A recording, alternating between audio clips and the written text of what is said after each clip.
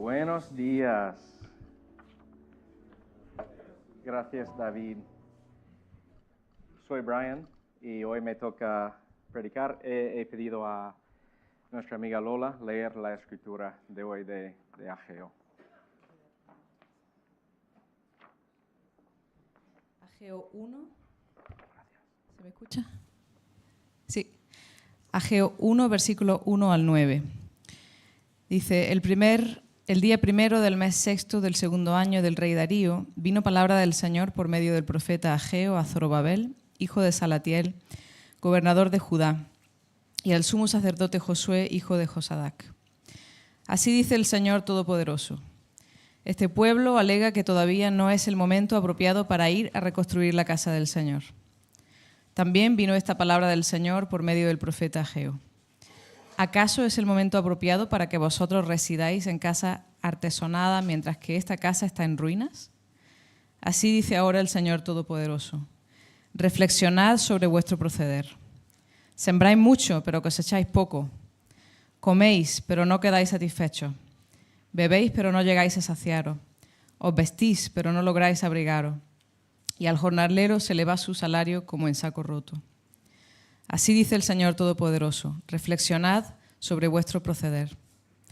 Id a los montes, traed madera y reconstruid mi casa. Yo veré su reconstrucción con gusto y manifestaré mi gloria, dice el Señor.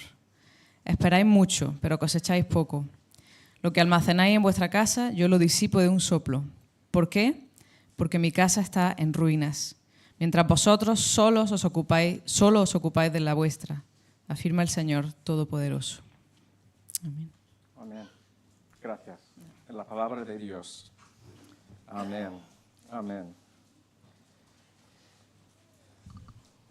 Vamos a comenzar hoy. Gracias. Vamos a comenzar hoy una nueva serie sobre ese libro pequeño de Ageo. Para mis amigos americanos no es Ageo, como yo suelo intentar decir ese nombre, es Ageo. ¿No? ¿Españoles? ¿Voy bien? Ageo. No Ageo. Pero ahora me voy a confundir todo el sermón. Pero vamos a centrarnos un par de semanas en este libro, esa profecía del Antiguo Testamento. Es un libro muy corto, pero tiene mucho que decir a nosotros y estoy ilusionado de poder centrarnos ahí. También quiero dar las gracias a Carlos, que está en casa recuperándose, pero él ha trabajado mucho para ayudarnos, todo el equipo de predicadores, con el contexto, la historia de ese libro. Y por su intervención no ha podido predicar hoy él. Iba a predicar él esta mañana. Entonces me ha pasado el comienzo de su sermón. Cualquier cosa buena que salga esta mañana es gracias a él, a Carlos, y si alguien mete la pata es culpa mía. Pero quiero también dar las gracias a John, que yo creo que ha acompañado a Carlos bastante en ese estudio. Que la semana que viene, Dios mediante, vamos a escuchar de Carlos. Pero para darnos un poco de contexto del comienzo de ese libro, quiero hablar de lo que pasó para llegar aquí el pueblo de Dios, los judíos, el pueblo de Israel. Estaban 70 años en exilio y estamos hablando de unos casi 600 años antes de Cristo. 580, el año 580, 590 antes de Cristo, fueron al exilio, se cayó Jerusalén, también físicamente se cayó el templo ahí en Jerusalén, y estaban en el reino de Babilonia, los judíos, durante 70 años. Y después se cayó ese reino de Babilonia, se levantan las persas y el rey Ciro II deja permiso a la gente de Dios, el pueblo de Dios, volver a Jerusalén. Y en ese momento les encontramos. Comienzan las obras del templo y con oposición de los pueblos alrededor, con las preocupaciones de la vida, paran de restaurar el templo. Por algún motivo empiezan a trabajar y paran. Llevan unos 15 años en la ciudad de Jerusalén y en ese momento entra Ageo. Aparece Ageo y la obra se retoma. Eso es básicamente su mensaje durante ese libro, es que tenemos que poner manos a la obra.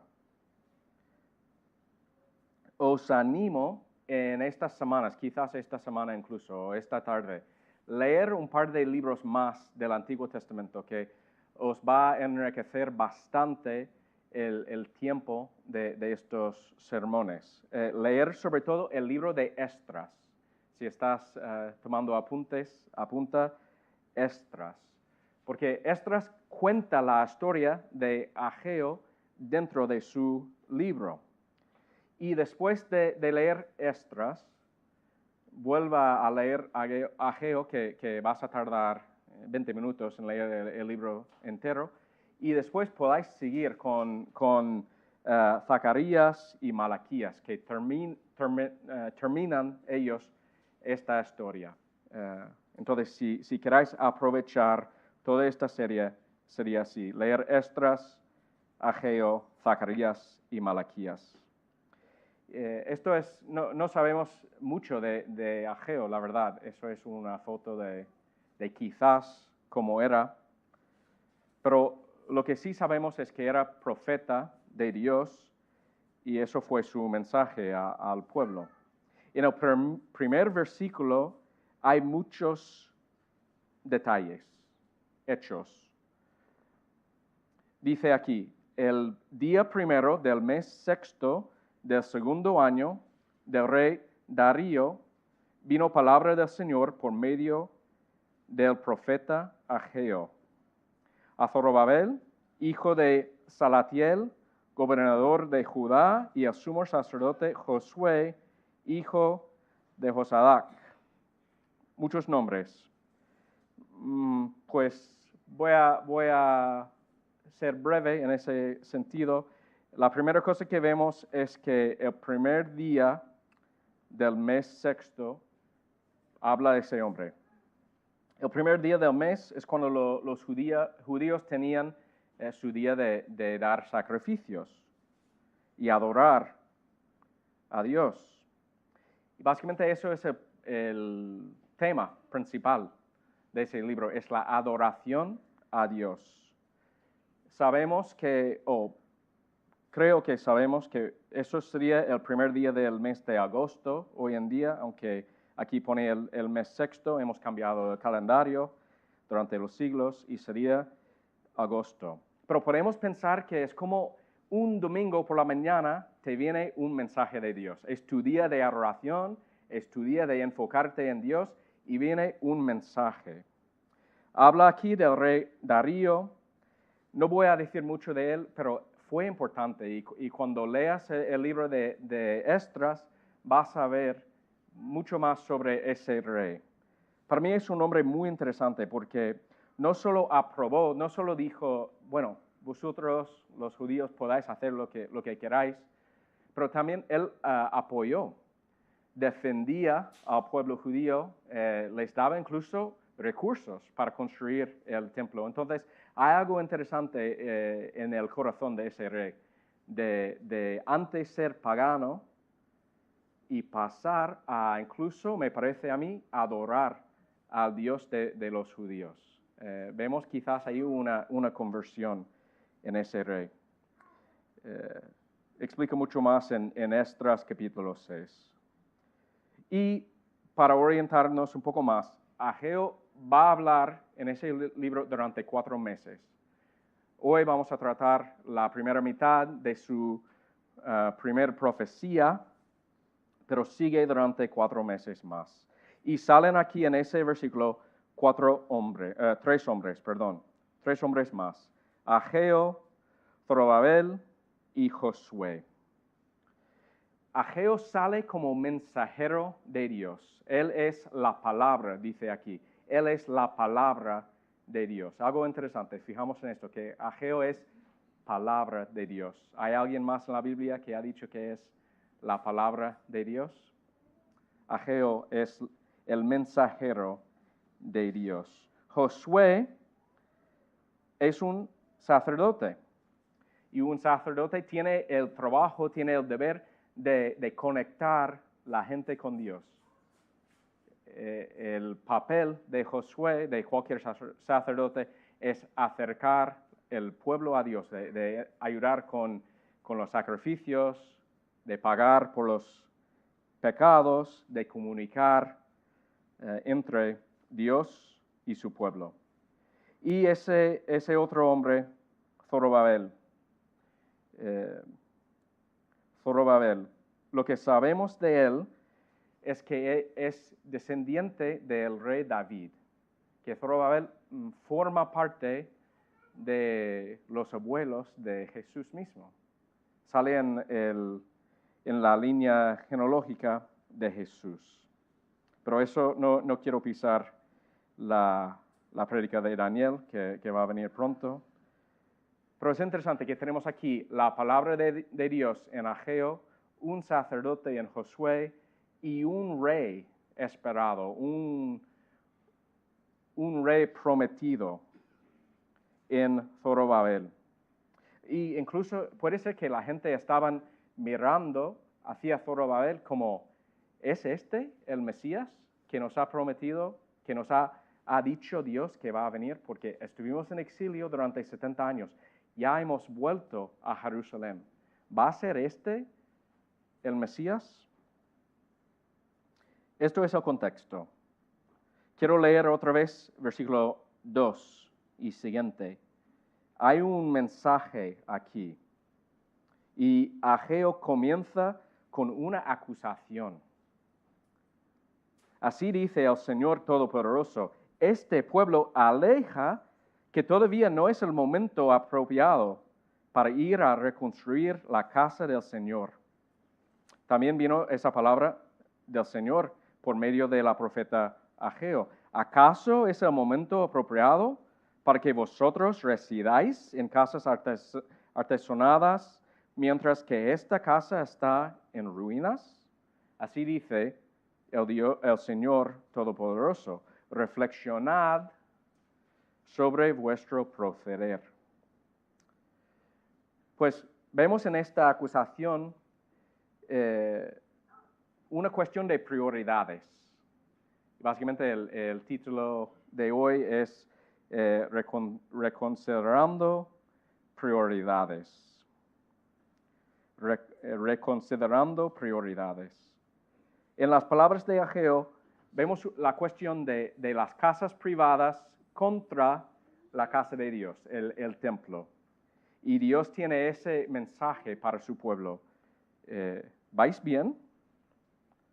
¿Hacéis bien de preocuparte de tu casa y no de la mía?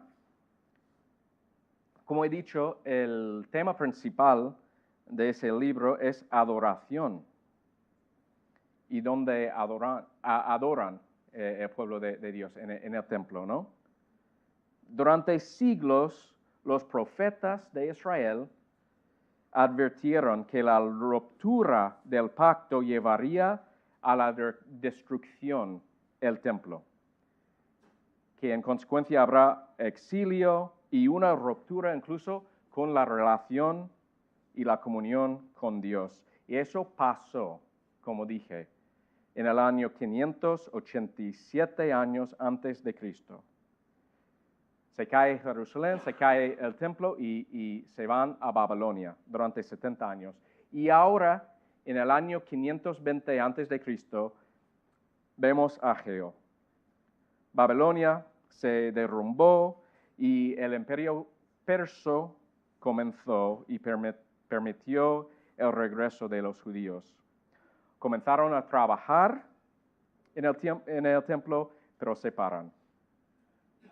Y el mensaje de Ageo para ellos es básicamente, chicos, sois iguales que vuestros padres. Están saliendo maldecidos, dice Ageo, porque no priorizan el templo, igual que sus padres. Pero me pregunto, ¿qué era el templo? ¿Qué era? Era la forma en que Dios se conectaba con el hombre en aquel entonces. A través del templo, Dios conectaba con el hombre. Era la morada de Dios en la tierra. La prioridad de la oración también es la prioridad de una relación con Dios. Y vivía ahí en aquel entonces. Y querer tener los beneficios de ser el pueblo de Dios sin tener un templo es imposible.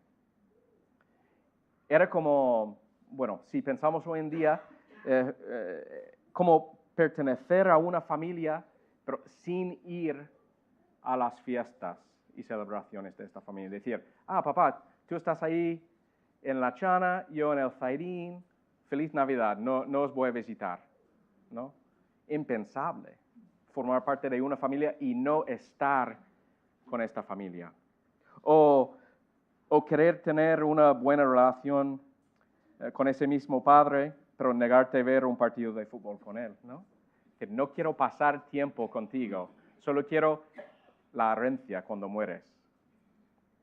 Es como estar casado, pero nunca querer hablar con tu esposa.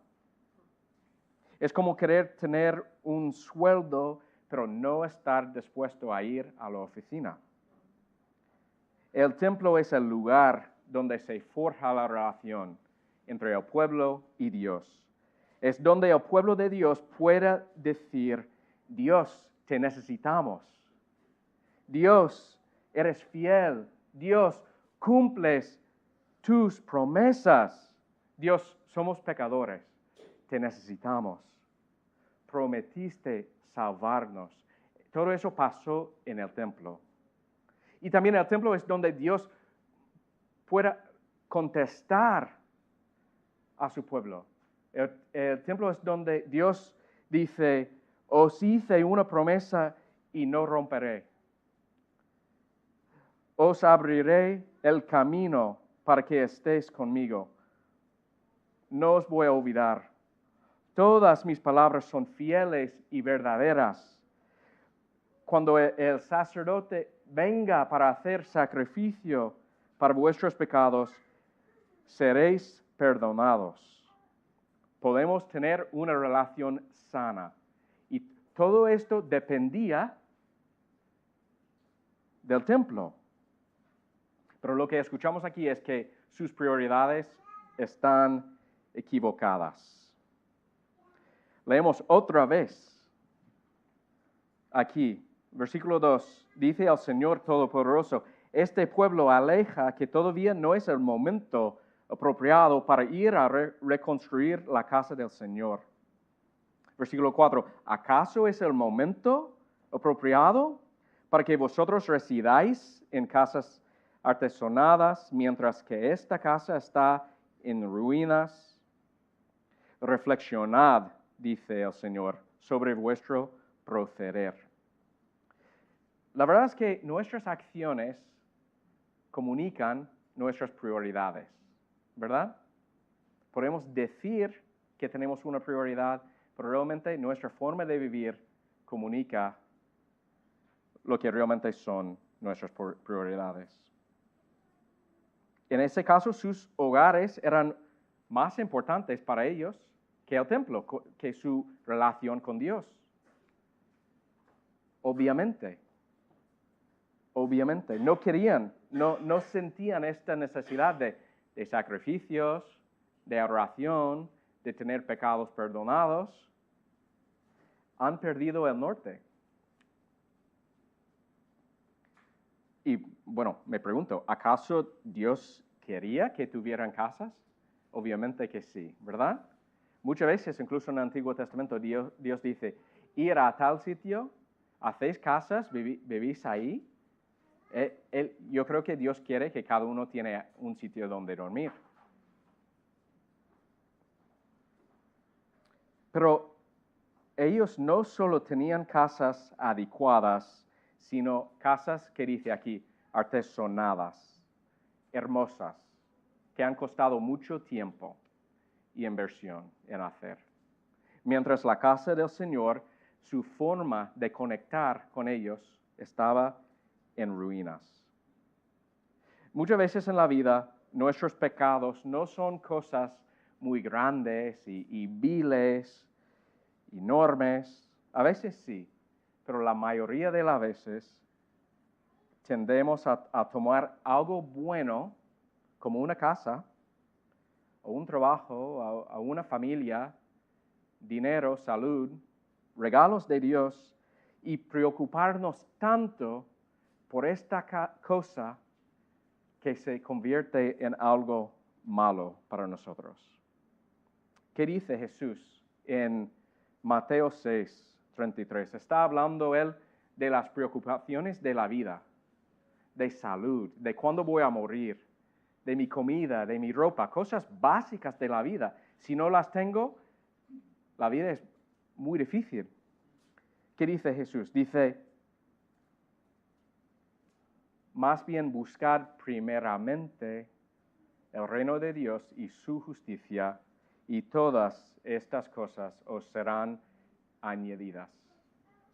No dice que no debemos pensar en una casa, o ropa, o comida, o nuestra salud, si estamos a punto de morir. Dice que primeramente buscamos las cosas del reino y la justicia de Dios.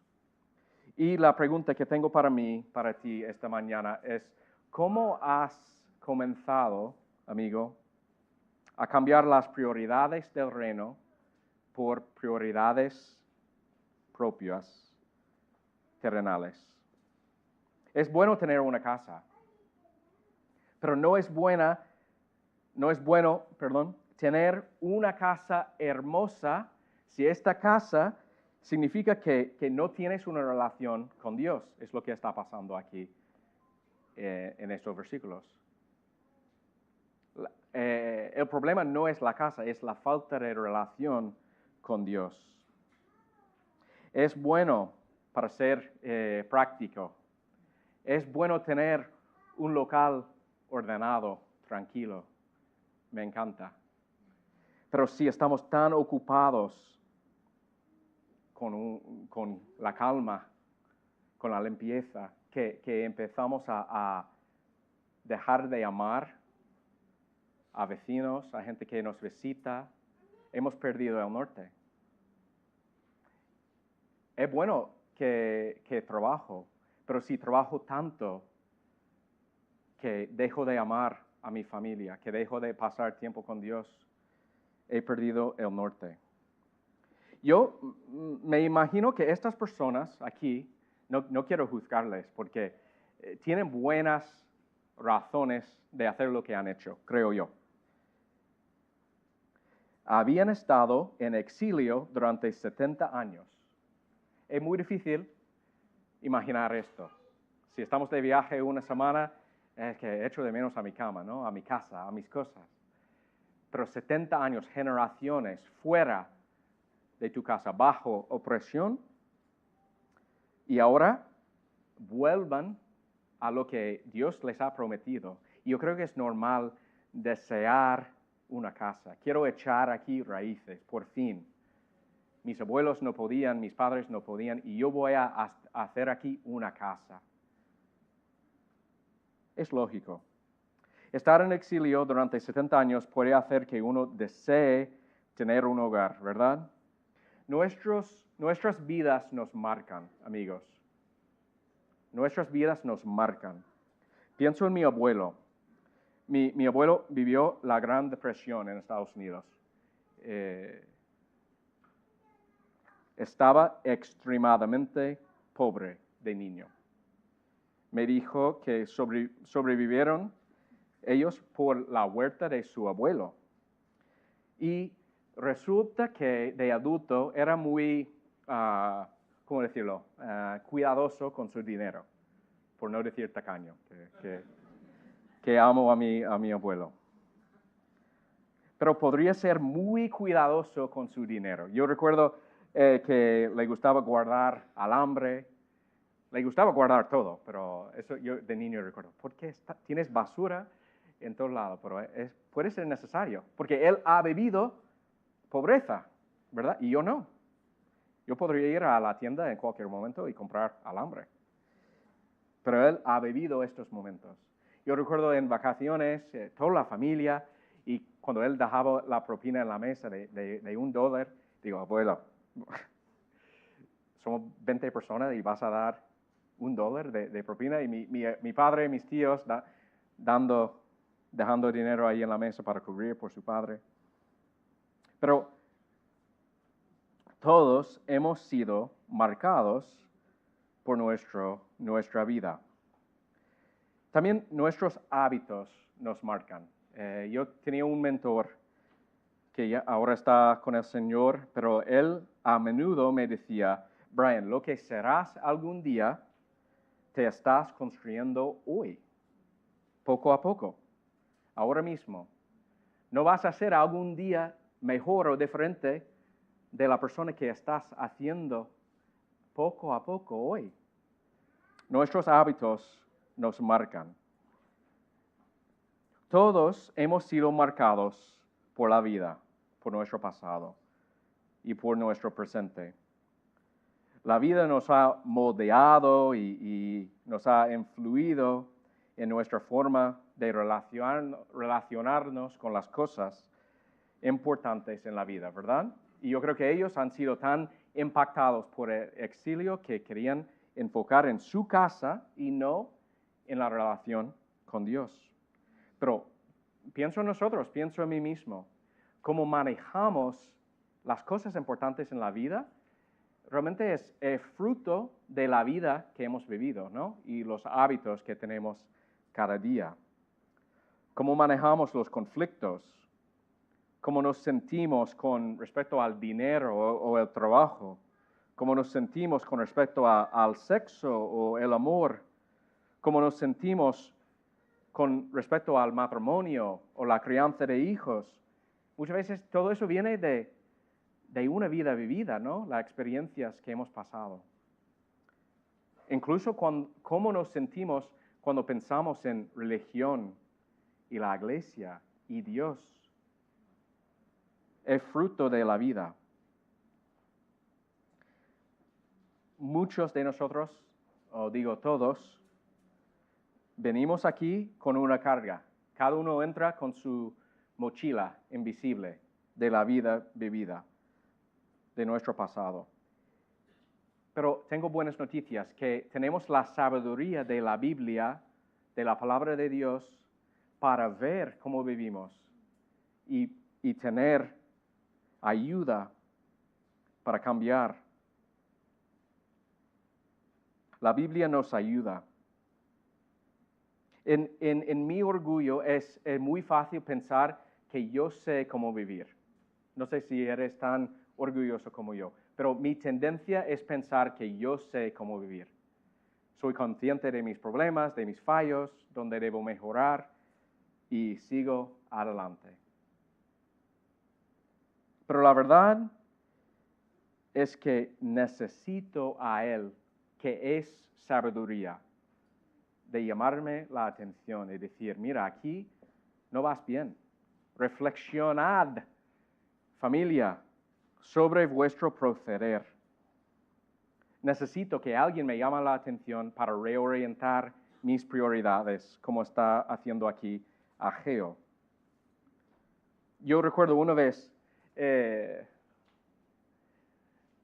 hace muchos años estuve hablando con un amigo un poco mayor que yo, cristiano, buen padre, y le pregunté, hombre, ¿me puedes ayudar con algo con mis hijos? Que hay un momento, tenemos algo complejo aquí y necesito ayuda. Entonces le conté la falta de obediencia de mi hijo para recibir consejos. Y yo en ese caso obviamente tenía razón, mi hijo no, y solo necesitaba un poco de herramientas, ¿no? De un buen padre para manejar esta situación. Y su respuesta fue, Brian, dejamos tu hijo al lado y me gustaría preguntarte, ¿por qué te importa tanto la obediencia de tu hijo? ¿Por qué te importa tanto la obediencia de tu hijo en ese momento, en ese caso? Porque como buen amigo, él sabía que el problema realmente en ese caso no era el comportamiento de mi hijo. Era que yo estaba obsesionado en controlar esta situación. Y me hizo varias preguntas muy importantes para mí. ¿Por qué te importa tanto que tu hijo te obedece? ¿Por qué te importa tanto ser visto como buen padre en los ojos de los demás? ¿Por qué quieres controlar a esta persona tanto? Gracias a Dios que a veces tenemos amigos que nos dicen la verdad. Si eres cristiano, no eres cautivo, no eres esclavo, no eres víctima de tu pasado o tus instintos naturales. Si el Espíritu Santo vive en ti, en cualquier momento Él te puede mostrar estas formas de vivir, estos ídolos que tienes en tu corazón. Y también Él es capaz de capacitarte de vivir en una manera nueva. Y encontramos esto, sí, en amigos, sí, en la obra del Espíritu Santo dentro de nosotros y sobre todo en la palabra de Dios cuando lo contemplamos. Voy a leer estos últimos versículos, 5 y 6. Así dice ahora el Señor Todopoderoso, reflexionad sobre vuestro proceder. Y luego les cuenta, sembráis mucho, pero cosecháis poco, coméis, pero no quedáis satisfechos, bebéis, pero no llegáis a saciaros, os vestís, pero no lográis abrigaros. Y al jornalero se le va su salario como en saco roto. Reflexionad sobre vuestro proceder. Quiero terminar pensando en el regalo del reproche, en mi último punto de hoy. Y yo hace un par de semanas no pensaba en el reproche como un regalo. Yo creo que tú tampoco entraste en ese local esta mañana pensando que la corrección es un regalo, pero lo es. La corrección es un regalo. Hay un dicho que me gusta que es que tu mejor amigo es quien te dice la verdad más sincera y más difícil. Tu mejor amigo es quien te dice la verdad más sincera y más difícil. El reproche es un regalo, en primer lugar, porque el arrepentimiento y la fidelidad a Dios conducen a la bendición. Cuando vamos mal, es bueno que Dios nos advierte. Dios cumplirá su promesa. La corrección es una invitación a una vida de bendición. La corrección es una invitación a una vida plena. Este es un tema recurrente en la Biblia, que Dios dice muchas veces, hay una manera de vivir que sería para vosotros una bendición y también para todo el mundo. Este es el camino, que viváis así. Y Dios dice eso en 1000 formas muchas veces en la Biblia. Pero la segunda razón, y yo creo que eso es a veces difícil creer, la corrección es un hecho de amor e incluso puede ser el hecho más bondadoso y amoroso que Dios puede hacer por nosotros, es corregirnos. Cuando nos corrige es amor. ¿Lo crees? Es difícil creer, amigos, cuando lo estamos viviendo. Estuve hablando el otro día con Pablo Casal, que estaba aquí con nosotros un año de interno, y él me dijo que una cosa que llevó fueran las palabras de Dan Herron, también un hombre que estaba aquí durante años, y Pablo dice que ahora como pastor, estas palabras de Dan suenan muchas veces en su cabeza. Las palabras son más o menos estas. Cuando pasa algo malo, Dan decía, bueno, es bueno que esto ha salido a la luz. Y para los líderes de cualquier cosa, un trabajo, una familia, colegio, iglesia, cuando algo malo sale a la luz, no es natural pensar que esto es bueno. Naturalmente pensamos, ¿por qué? No quiero saber esto. Pero yo creo que eso es muy sabio de Dan, decir, es bueno que esto ha salido a la luz. Y Dan seguía diciendo, porque ahora lo podemos tratar. Cuando está escondido, no lo podemos tratar.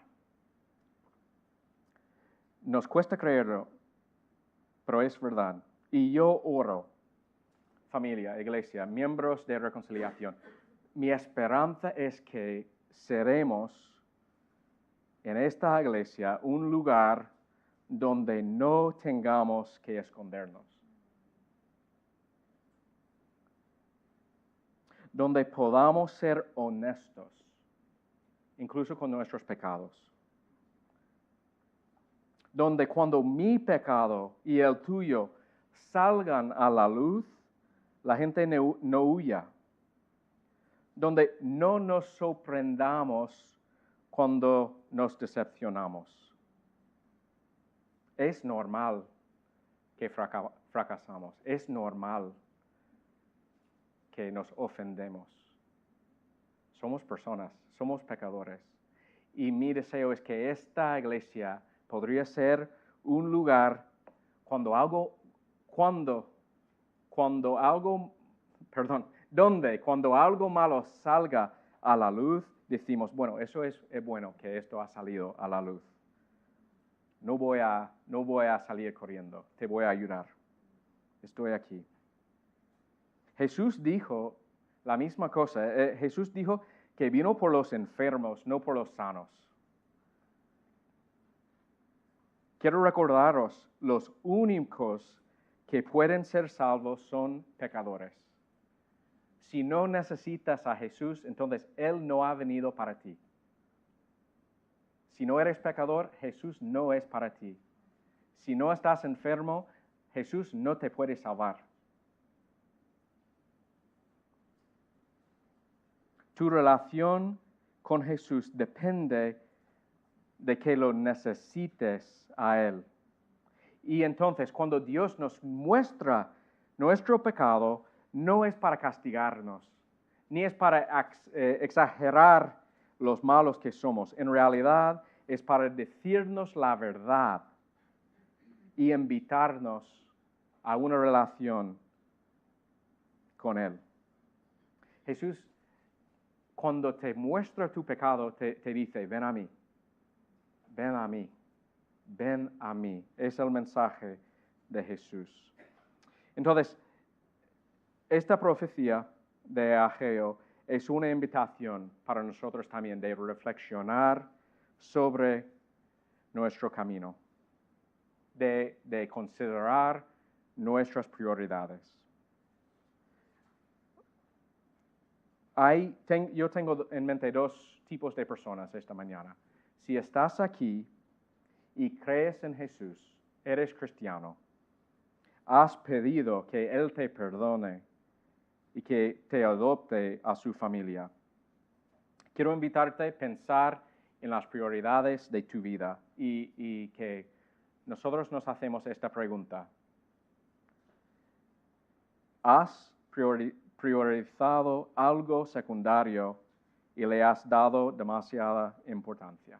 En mi vida, ¿dónde y cuándo y cómo he cogido algo secundario y lo he convertido en algo de demasiada importancia? ¿Qué cambios debo hacer para reorientar mi relación con Dios? Y segundo tipo de persona, si estás aquí hoy y no has confiado en Jesús, en primer lugar, me alegra mucho que estás aquí, que estés aquí. Creemos que Dios es soberano y que Dios te ha llevado aquí, te ha traído aquí por una razón, de escuchar de su amor, de su deseo de estar contigo. Solo te puedo decir que Dios quiere perdonarte. Dios quiere una relación contigo. Y todo lo que buscas en la vida, Jesús es la respuesta. Si estás buscando en tu casa bonita esperanza y paz como esa gente, Jesús es el único lugar donde puedes encontrar eso. Si estás buscando en una persona, en dinero, en trabajo, paz, Jesús es la respuesta. Todo lo que buscas en la vida, Jesús es la respuesta. Y te invito a reflexionar sobre tu vida y sobre la vida de Jesús. Esto nos lleva a la mesa, que vamos a celebrar hoy la Santa Cena. Ya no tenemos que ir a un templo, gracias a Dios, no tenemos que ir a un sacerdote, no tenemos que ir a un sitio hecho por manos humanos. Dios en Jesucristo descendió a nosotros, vino a nosotros, Jesús. Él se convirtió en el sacrificio supremo, perfecto para siempre. Él es la verdadera palabra, como Ageo. Él es el sacerdote perfecto, como Josué. Él es el rey perfecto de rescate que buscaban en Zorobabel. Jesús es la perfecta respuesta a esa profecía. Él permitió que su cuerpo fuera quebrantado y destruido, como ese templo en Jerusalén. Pero 3 días después, su Padre le resucitó, venciendo al pecado y a la muerte para siempre. Esto es el Dios que hoy nos invita a detenernos y reflexionar sobre nuestro camino y volver a Él. Oramos. Dios, te damos las gracias por tu palabra y estas profecías escritas 2500 años en el pasado que tiene algo para decirnos hoy. Gracias por tu invitación de reflexionar sobre nuestro camino. Ayúdanos, Señor, buscar primeramente tu reino y tu justicia y después todas las cosas que nos vas a proporcionar.